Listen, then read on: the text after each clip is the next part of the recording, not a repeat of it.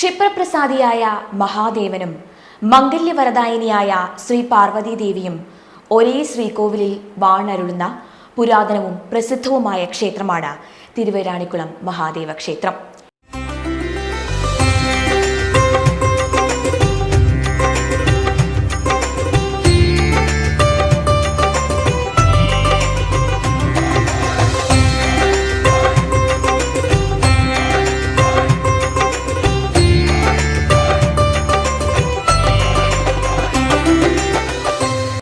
എറണാകുളം ജില്ലയിൽ ആലുവ താലൂക്ക് വെള്ളാരപ്പള്ളി തിരുവൈരാണിക്കുളത്ത് പെരിയാറിന് സമീപം സ്ഥിതി ചെയ്യുന്ന ഈ ക്ഷേത്രത്തിലെ പ്രധാന പ്രതിഷ്ഠ ശിവനാണ്. മഹാദേവനെ കിഴക്കോട്ട് ദർശനമായും അതേ ശ്രീകോവിലിൽ തന്നെ പടിഞ്ഞാറോട്ട് ദർശനമായി ശ്രീ പാർവതി ദേവിയെയും പ്രതിഷ്ഠിച്ചിരിക്കുന്നു. നമസ്കാര മണ്ഡപത്തിന് അഭിമുഖമായി ഋഷഭത്തെയും ശ്രീകോവിലിന് സമീപം കിഴക്കോട്ട് ദർശനമായി തന്നെ ശ്രീ മഹാഗണപതിയെയും പ്രതിഷ്ഠിച്ചിരിക്കുന്നു. ചുറ്റുമതിലിനുള്ളിൽ നാലമ്പലത്തിനു പുറത്ത് മിഥുനം രാശിയിൽ പടിഞ്ഞാറ് ദർശനമായി ജഗദാംബികയായ സതീദേവിയെയും ഭക്തപ്രിയയായ ഭദ്രകാളിയെയും കന്നിരാശിയിൽ കിഴക്കു ദർശനമായി കലികാലവരദനായ ധർമ്മശാസ്താവിനെയും കുംഭം രാശിയിൽ കിഴക്ക് ദർശനമായി ചതുർബാഹുവായ മഹാവിഷ്ണുവിനെയും പ്രതിഷ്ഠിച്ചിരിക്കുന്നു. ധനുമാസത്തിൽ തിരുവാതിര നാൾ മുതൽ 12 ദിവസം മാത്രമാണ് ശ്രീ പാർവതീ ദേവിയുടെ നട ഇവിടെ തുറക്കുകയുള്ളൂ. ധനുമാസത്തിലെ തിരുവാതിര നാൾ അസ്തമിച്ചാൽ പിന്നെ തിരുവൈരാണിക്കുളം മഹാദേവ ക്ഷേത്രത്തിൽ ശ്രീ പാർവതീ ദേവിയുടെ ദർശന പുണ്യത്തിന്റെ നാളുകളാണ്. വർഷത്തിൽ 12 ദിവസം മാത്രം പൂർണ്ണ നദീതീരത്തെ ക്ഷേത്രത്തിലേക്ക് ഒഴുകിയെത്തുന്ന ഭക്തജന സഹസ്രങ്ങൾക്ക് സർവാലങ്കാര വിഭൂഷിതയായി അനുഗ്രഹം ചൊരിയുന്ന പാർവതീ ദേവി സങ്കല്പവും ആചാരാനുഷ്ഠാനങ്ങളും തിരുവൈരാണിക്കുളത്തിന്റെ മാത്രം പ്രത്യേകതയാണ്. ആലുവ തിരുവൈരാണിക്കുളം മഹാദേവ ക്ഷേത്രത്തിലെ ശ്രീപാർവതി ദേവിയുടെ നടതുറപ്പ് മഹോത്സവം 2025 ജാനുവരി 12 മുതൽ ജാനുവരി 23 വരെയാണ് നടത്തുന്നത്. വെർച്വൽ ക്യൂവും സാധാരണ ക്യൂവിനുമുള്ള ഒരു സ്ഥിര സംവിധാനം തന്നെ നിലവിൽ വരികയും അവിടെ വേണ്ട ക്യൂ പാലിക്കാനുള്ള എല്ലാ വർക്കുകളും ചെയ്ത് തീർന്നിരിക്കുകയാണ്. അതുപോലെ തന്നെ ഇവിടെ ക്ഷേത്രത്തിൽ വരുന്ന വാഹനങ്ങൾ പാർക്ക് ചെയ്യാൻ ക്ഷേത്ര ട്രസ്റ്റിൻ്റെ ഉടമസ്ഥതയിലുള്ള 3 പാർക്കിംഗ് ഗ്രൗണ്ടുകൾ കൂടാതെ തന്നെ 3 വേറെ പാർക്കിംഗ് ഗ്രൗണ്ടുകൾ കൂടി ഈ തവണ ഏർപ്പെടുത്തിയിട്ടുണ്ട്. ഈ ക്ഷേത്ര ദർശനത്തിന് വരുന്നവർക്ക് ഒന്നില്ലെങ്കിൽ ഓൺലൈനായിട്ട് നേരത്തെ തന്നെ മുൻകൂട്ടി ബുക്ക് ചെയ്യാം. അതുകൊണ്ട് തന്നെ പാർക്കിംഗ് സൗകര്യവും ബുക്ക് ചെയ്യാനുള്ള സംവിധാനം നിലവിലുണ്ട്. ഇപ്പോൾ 12-ാം തീയതി രാത്രി 8 മണിക്കാണ് നട തുറക്കുന്നത്. അന്ന് 8 മുതൽ 9 മണി വരെ ഓൺലൈൻ ബുക്ക് ചെയ്യാനുള്ള സൗകര്യമുണ്ട്. മറ്റുള്ള ദിവസങ്ങളിൽ നട തുറക്കുന്നത് രാവിലെ 4 മുതൽ 1:30 വരെയും ഉച്ചയ്ക്ക് 2 മുതൽ 9 വരെയുമാണ്. ഈ സമയത്തും ഓൺലൈനായിട്ട് ബുക്ക് ചെയ്യാനുള്ള സൗകര്യം ഉണ്ട്. അവസാന ദിവസമായ ജാനുവരി 23-ന് 8 മണിക്കാണ് നട അടയ്ക്കുക. അപ്പോൾ 7 മണി വരെ ഭക്തർക്ക് ദേവിയെ ദർശിക്കാനുള്ള സൗകര്യം ഉണ്ടാകും. അതുവരെ ഓൺലൈൻ ബുക്കിംഗ് അന്ന് 5 മണി വരെ മാത്രമാണ് ഉണ്ടായിട്ടുള്ളത്. ആലുവ തിരുവൈരാണിക്കുളം മഹാദേവ ക്ഷേത്ര ട്രസ്റ്റ് നടതുറപ്പ് മഹോത്സവത്തിനോടനുബന്ധിച്ച് വിവിധ ഒരുക്കങ്ങളാണ് നടത്തിയിട്ടുള്ളത്. ഈ കേരളത്തിൻ്റെ എന്നല്ല വിവിധ സംസ്ഥാനങ്ങളിൽ നിന്നും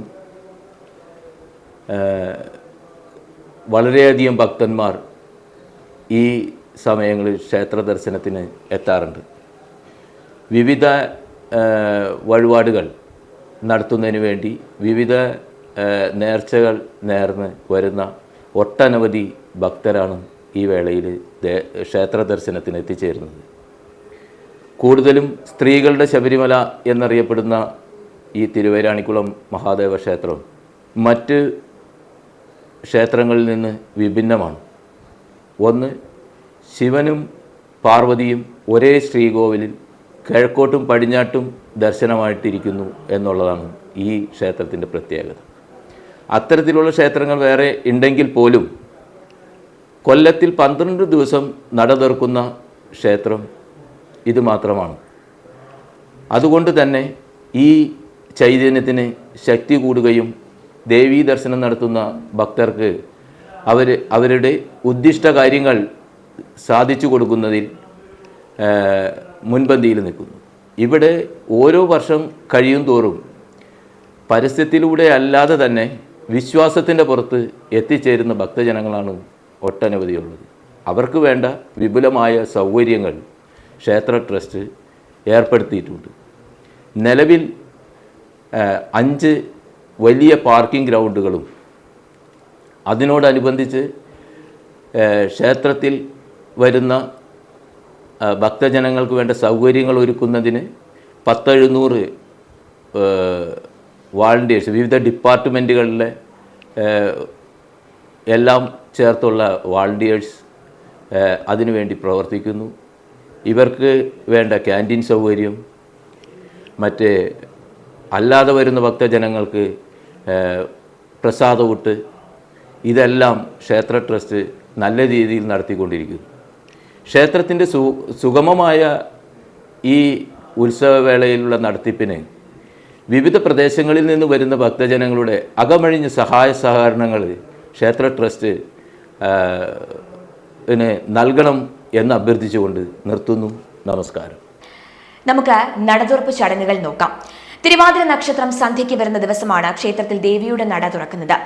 അതിനോടനുബന്ധിച്ച് അന്നേ ദിവസം വൈകിട്ട് 4 മണിക്ക് ശിവപാർവതിമാർക്ക് ചാർത്താനുള്ള തിരുവാഭരണങ്ങൾ വഹിച്ചുകൊണ്ടുള്ള ഘോഷയാത്ര 3 ഊരാള കുടുംബങ്ങളിൽ പ്രധാനപ്പെട്ടതായ അകവൂർ മനയിൽ നിന്ന് പുറപ്പെടുന്നു.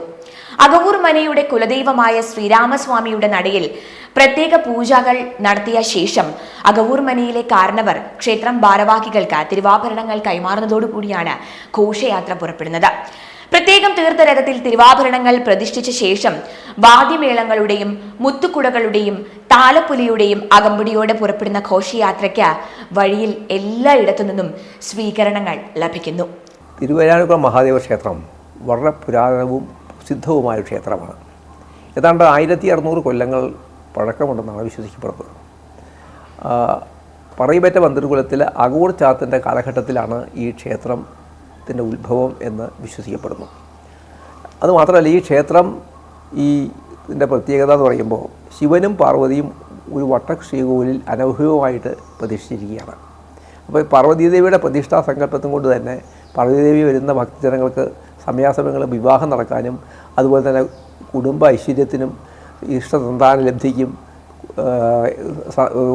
കുടുംബത്തിൻ്റെ എല്ലാ ഐശ്വര്യങ്ങൾക്കും പ്രത്യേകം അനുഗ്രഹിക്കുന്നു എന്നാണ് വിശ്വസിക്കപ്പെടുന്നത്.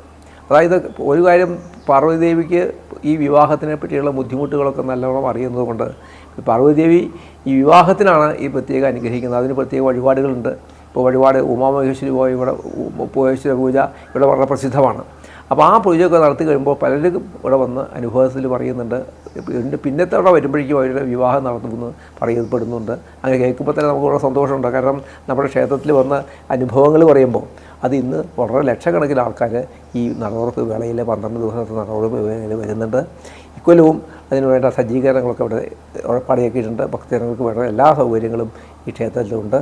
അപ്പോൾ അവിടെ വരുന്ന എല്ലാവർക്കും ദേവിയുടെ അനുഗ്രഹം ഉണ്ടാവട്ടെ എന്ന് പ്രത്യേകം പ്രാർത്ഥിക്കുന്നു. അതിനിടയിൽ മറ്റ് 2 ഊരാള കുടുംബക്കാരും ഇവിടെ എത്തിയിട്ടുണ്ടാകും. 8 മണിയാകും ഘോഷയാത്ര ക്ഷേത്രത്തിൽ എത്തിച്ചേരാൻ. ആ സമയത്ത് ദേവിയുടെ തോഴിയായ പുഷ്പിണി എന്ന സ്ഥാനം വഹിക്കുന്ന ഒരു മുതിർന്ന സ്ത്രീയും ഇവിടെ എത്തിച്ചേർന്നിട്ടുണ്ടാകും.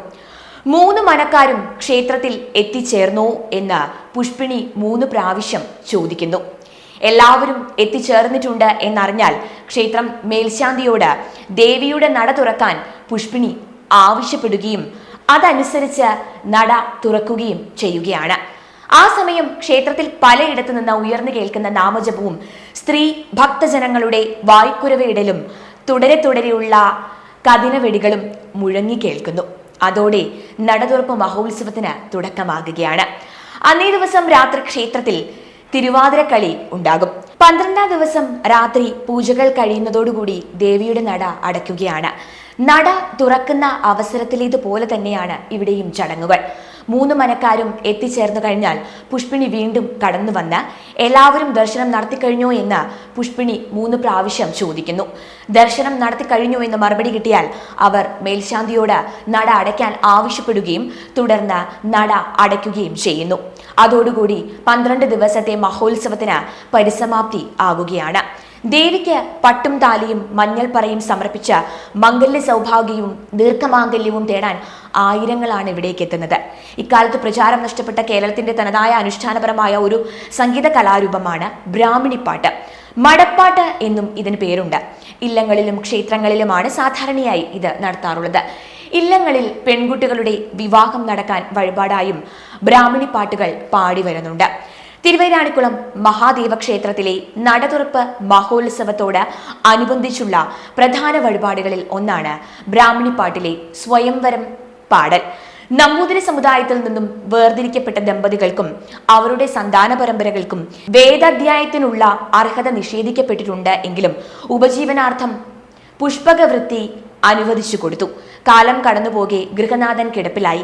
തന്റെ കാലശേഷം ഭാര്യയും മക്കളും കഷ്ടപ്പെടരുത് എന്ന് കരുതി ദേവീക്ഷേത്രത്തിൽ പാടുവാനായി അദ്ദേഹം എഴുതി വച്ചിരുന്ന പാട്ടുകളെടുത്ത് അവർക്ക് നൽകി.